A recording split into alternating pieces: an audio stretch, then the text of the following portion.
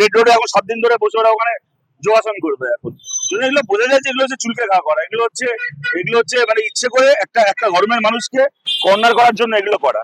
দুর্গাপুজোর সময় 1 মাস 1.5 মাস ধরে রাস্তার একটা অংশকে দখল করে শয়ে শয়ে হাজারে হাজারে প্যান্ডেল হয়। কখনো তো কেউ বলতে যায়নি যে কেন প্যান্ডেল হচ্ছে। কেননা উৎসবের সময় এই ধরনের কিছু এক্সেপশন করতেই হয়।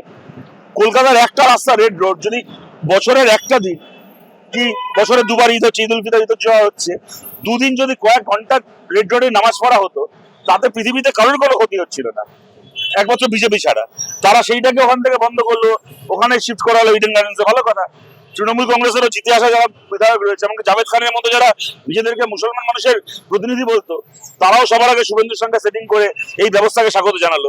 তারপরে দেখা গেল যে 7 দিন ধরে ওরা এখন নাকি রাস্তা আটকে রেখে ওখানে নাকি এখন যোগাসন করবে, ওখানে এখন ডিগবাজি খাবে রাস্তা আটকে রেখে।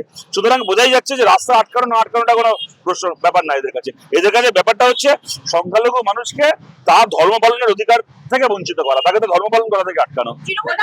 এরপরে ওরা বলবে যে কোরআনে কোথায় লেখা আছে যে রেড রোডেই নামাজ পড়তে হবে? কোথাও লেখা নেই।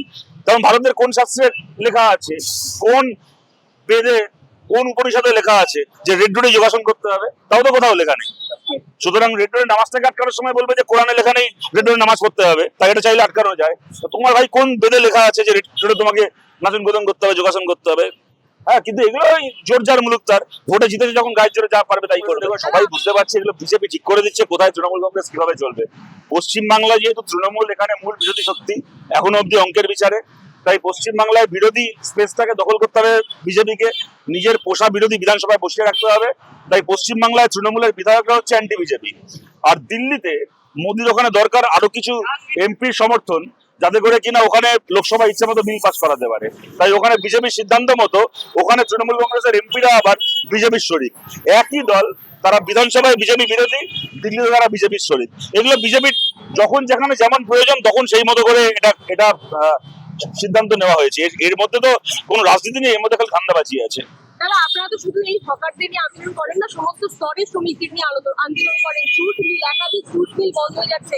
রাজ্য সরকার মুখ্যমন্ত্রী জুট মিল বন্ধ সমস্যা আমাদের রাজ্যে আগে থেকেই ছিল, এটা নতুন সমস্যা এমন বলবো না, কিন্তু সরকার থেকে পরেও বন্ধ হয়েছে। সরকার থেকে একটা কার্যকরী এখানে ভূমিকা নেওয়া উচিত। কিন্তু সরকারের প্রায়োরিটি এখন কি হবে? বন্ধ মিলগুলোকে খোলা প্রায়োরিটি হবে নাকি তৈরি ঘরগুলোকে ভাঙা প্রায়োরিটি হবে? সরকার তখন সেটাই ঠিক করে উঠতে পারবে না। তারা বলছে নাকি পর্যাপ্ত জুট নেই, কিন্তু রীতিমতো যারা আমি যেটা বললাম যে সরকারের কাছে প্রায়োরিটি ঠিক করতে হবে, যে আমার যেগুলো বন্ধ হয়েছিল সেগুলোকে চালু করাটা আমার প্রায়োরিটি হবে, নাকি যেগুলো চালু ছিল সেগুলোকে বন্ধ করা, ভেঙে দেওয়া, ঘুরিয়ে দেওয়াটা প্রায়োরিটি হবে।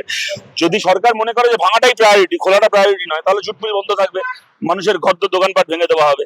সরকার যেরকম বলছে যে যদি কোথাও সরকারি জমিতে কেউ বাড়ি করে থাকে, কোথাও কোনো বসতি হয়ে থাকে, আজকে দেখো অভিষেক ব্যানার্জিকে 22-24 দিন আগে নোটিশ পাঠানো হয়েছে, আজও তার বাড়ি ভাঙা হয়নি। আর গরিব মানুষগুলোকে বিনা নোটিশে ঘর ভেঙে দেওয়া হচ্ছে। সুতরাং এগুলো তো বড় লোকের জন্য এক নিয়ম, গরিবের জন্য এক নিয়ম, এদের হাতে। আর আমি যেটা তখন বলতে যাচ্ছিলাম সেটা হচ্ছে যে সরকার যদি এখন এটা কথাটা ঠিক, সরকারের ভেঙে দেওয়ার ক্ষমতা রয়েছে, যেমন আবার মানুষের মাথার উপর বাসস্থান থাক, মানুষের হাতে কাজ থাক, সেই অধিকারটাও সংবিধান দিয়েছে। সরকারের সেই দায়িত্বটাও রয়েছে, সংবিধান প্রদত্ত দায়িত্বটাও সরকারের রয়েছে। এখন সরকার নিজের দায়িত্বটা পালন করাটাকে নিজের প্রায়োরিটি করতে পারতো, কিন্তু ওরা নিজের ভেঙে ফেলার ক্ষমতাটাকে জাহির করাটাকে নিজের প্রায়োরিটি করলো। চাইলে কিন্তু নতুন একটা সরকার এসে এটা বলতে পারতো যে আমি আগে আমার দায়িত্বগুলোকে পালন করব, তারপর আমার ক্ষমতাটাকে জাহির করব। এটা করলো উল্টোটা। আমি আমার ভাঙার ক্ষমতা আছে, আমি আগে ভেঙে দেখিয়ে দেবো আমি এটা করতে পারি, আমার বুলডোজার আছে, আমার সরকারি সই করার ক্ষমতা আছে, আমার হাতে অশোক স্তম্ভ আছে। এটা গড়ার বদলে ভাঙার ক্ষমতা দেখালো। ভালো কথা, মানুষ এটা মনে রাখছে।